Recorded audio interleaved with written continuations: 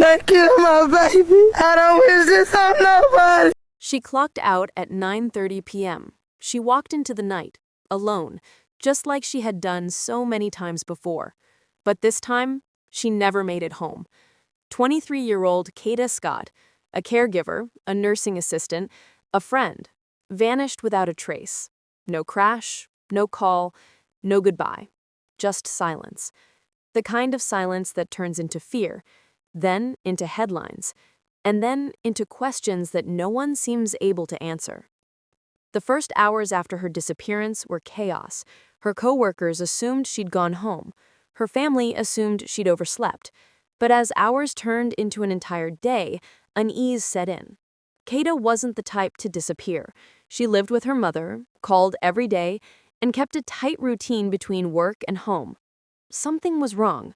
When police were notified, they began by retracing her last known movements. She had finished her shift at the terrace-assisted living facility in Chestnut Hill, Philadelphia. Cameras inside the building captured her leaving. Cameras outside? None. That gap, those few steps between the building door and the street, may have been where everything changed. Kada's car was still in the lot, keys inside her bag, untouched. Her phone pinged once around 9:38 p.m., then went dark. From that moment, she was gone. Detectives searched the nearby Albury Arboretum, a wooded stretch not far from her workplace. The search team found scattered clothing and footprints leading toward a secluded area, but nothing they could confirm as hers. They expanded the search to nearby rail lines, parks, and riverbanks. Still, no trace. The lack of evidence didn't calm anyone.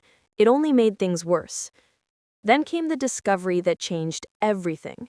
Kada had been receiving harassing phone calls for weeks before she disappeared. Friends said she had mentioned it in passing, worried, but unsure what to do. One friend recalled her saying, "I think someone's following me."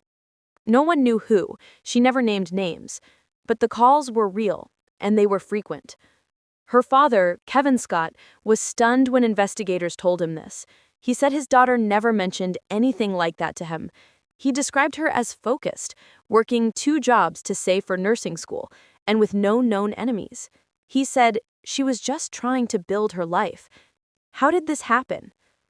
That's when police began connecting the dots. Phone records revealed that the same number had been calling Kada repeatedly. That number led them to 21-year-old Keon King, a man from the same area. He was already on their radar for another disturbing reason.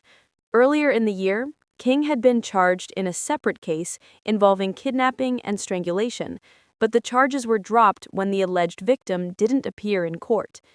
That single detail changed everything about how the public viewed this case. Suddenly, it wasn't just a missing person story.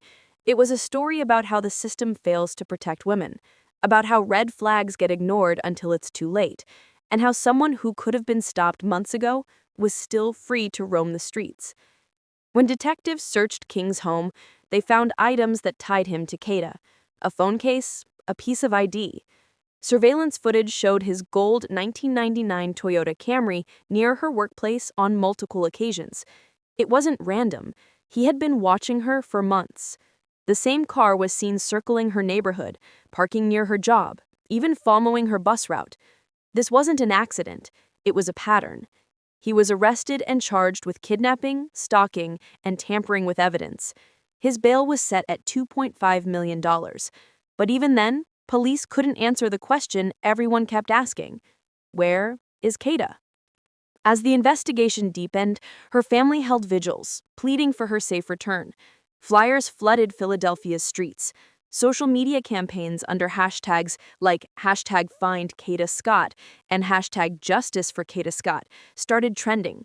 Influencers and local activists joined in, putting public pressure on law enforcement. Yet despite the attention, no new breakthroughs emerged. Every search ended in frustration. Every lead turned cold. Investigators went through cell phone data, traffic cameras, credit card statements, and toll booth records.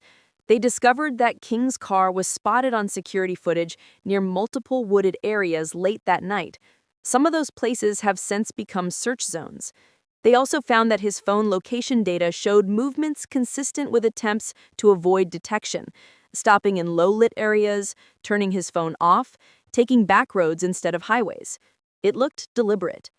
Even more disturbing, detectives uncovered evidence that King had been contacting other women in similar ways, sending unwanted messages, making late-night calls, showing up uninvited.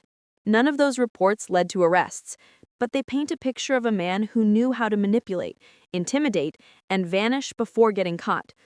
Why wasn't he stopped earlier? Why was he still free after a previous kidnapping allegation? And how did he manage to get close to Kada, a woman who barely spoke to him? Those questions now hang over every aspect of this case.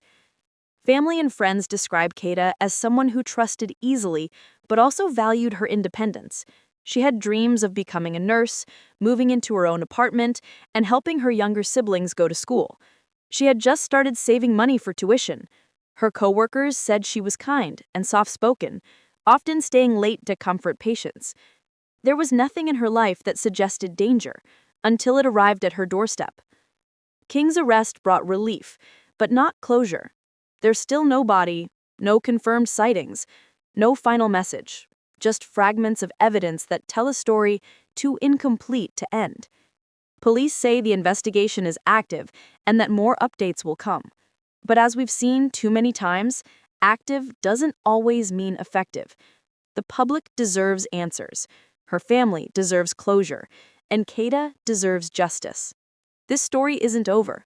In fact, it may just be beginning. We'll keep following every update, every hearing, every clue that might lead to the truth. Because until Kada is found, this case remains open, both in the courtroom and in the conscience of everyone watching. If you believe her story deserves to be told until justice is served, subscribe and turn on notifications. We'll keep uncovering what happened to Kada Scott until the truth can no longer hide. Detectives continued to search through every trace of data they could recover. Cell tower records, deleted messages, cloud backups. Every bite of information became a possible clue. Forensic experts worked day and night reconstructing Kada's final digital footprint. They discovered that in the hours leading up to her disappearance, she had sent a short text to a friend at 8:57 p.m. It said, "I'll call you when I clock out." She never did. That single message became one of the last digital signs of her existence.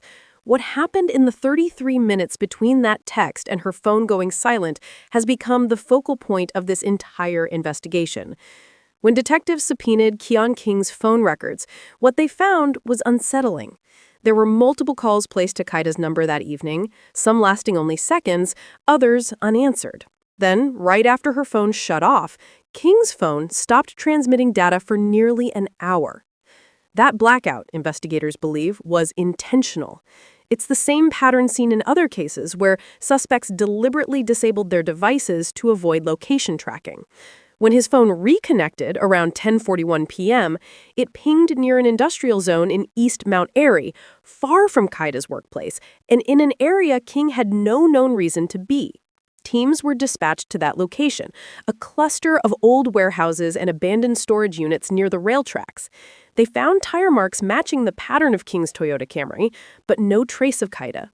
A few discarded items were sent for DNA testing, but results remain sealed under investigative order. To the public, it's just another dead end. But to investigators, it's a small piece in a larger puzzle that's slowly starting to take shape. Meanwhile, new witnesses began to come forward.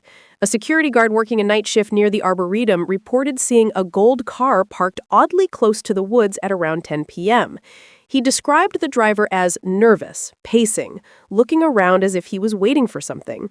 He didn't approach him. He just remembered the moment because something about it felt wrong. That statement, filed days later, matched the timeline police had already built. It confirmed what many feared. King had time, privacy, and motive. As evidence mounted, so did public outrage. Social media turned the case into a citywide rallying cry. Vigils lit up parks across Philadelphia. Candlelight, posters, and the soft sound of people reading Kada's name in prayer filled the streets. The community was united by grief and disbelief. How could someone vanish from a workplace surrounded by people and security lights and no one see anything? How could someone with prior charges simply be released to hurt again? The questions have no easy answers, and maybe that's what makes the story so haunting. It reflects a system that keeps repeating itself. Prosecutors are now building a timeline based on digital evidence, but they face a challenge. No physical remains, no confirmed cause of disappearance. Without that, the defense could argue that Kada simply ran away or left voluntarily, a claim her family has called cruel and absurd. Anyone who knew her knows she would never abandon her family, her job, or her future. But in a courtroom, emotion isn't enough. Evidence is everything. And right now, the evidence tells a story with missing chapters. Behind closed doors, investigators have started reviewing similar reports involving women across Pennsylvania who claimed they were harassed, followed, or contacted by the same man. The details vary, but the pattern feels painfully consistent.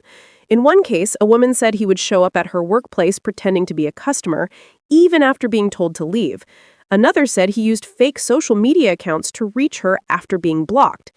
If confirmed, these could establish a pattern of behavior that shows intent, a crucial element in securing a conviction.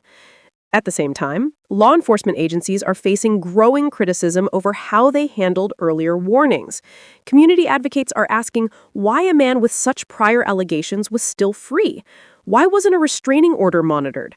Why wasn't he under closer watch after the first case collapsed?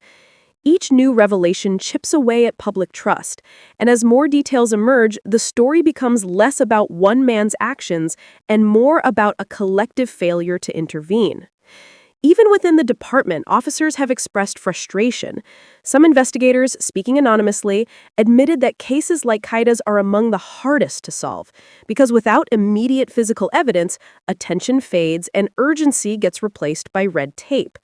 But this time, public pressure is keeping the case alive. Every news update, every post, every mention of Kada's name online ensures she isn't forgotten. While the investigation continues, the community has turned into its own force. Volunteers conduct independent searches every weekend, mapping areas the police may have overlooked. Drone operators have joined, scanning remote zones near creeks and industrial parks. They move quietly, driven by a simple belief that someone out there knows something. And they're right. Someone does. Someone always does. It's easy to think of true crime as entertainment, something to watch and then move on from. But behind every headline is a real person whose story stopped before it should have. Kada's absence isn't just a statistic. It's a reflection of what happens when we fail to take threats seriously. It's a reminder that every ignored phone call, every dismissed report, every missed opportunity can add up to tragedy. Late last week, a small breakthrough came to light. Forensic experts recovered a deleted photo from King's phone, time-stamped just hours before Kada's disappearance. It showed the parking lot of the terrace facility, taken from a distance. Investigators believe it might have been captured as part of his planning, surveillance to learn her routine, her timing, her vulnerability. The image has now become one of the prosecution's key exhibits. King remains in custody, awaiting trial, but his defense has already begun challenging the evidence. His attorneys argue that the items found in his car were circumstantial, that there's no direct proof connecting him to any harm. But circumstantial or not, the timeline doesn't lie.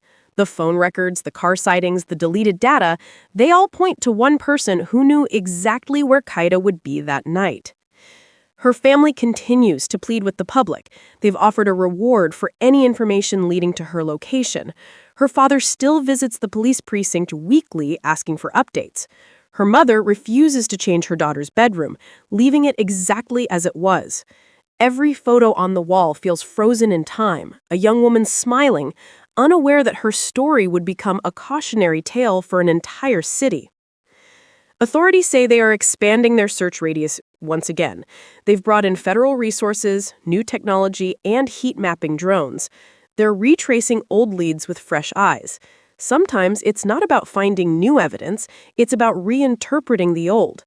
Every small piece of data, every overlooked corner could hold the key to what really happened that night. You have to wonder, how many more times will we hear stories like this before real change happens? How many warnings have to be missed before prevention becomes a priority? For every Kada, there are countless others whose cases never make it to the news, whose names fade long before justice arrives.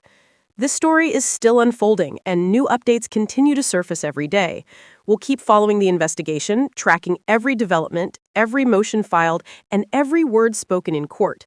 If you want to stay informed and continue to support the search for answers, make sure to subscribe and turn on notifications. Because in cases like this, awareness isn't just power, it's pressure, and pressure is often the only thing that brings the truth to light.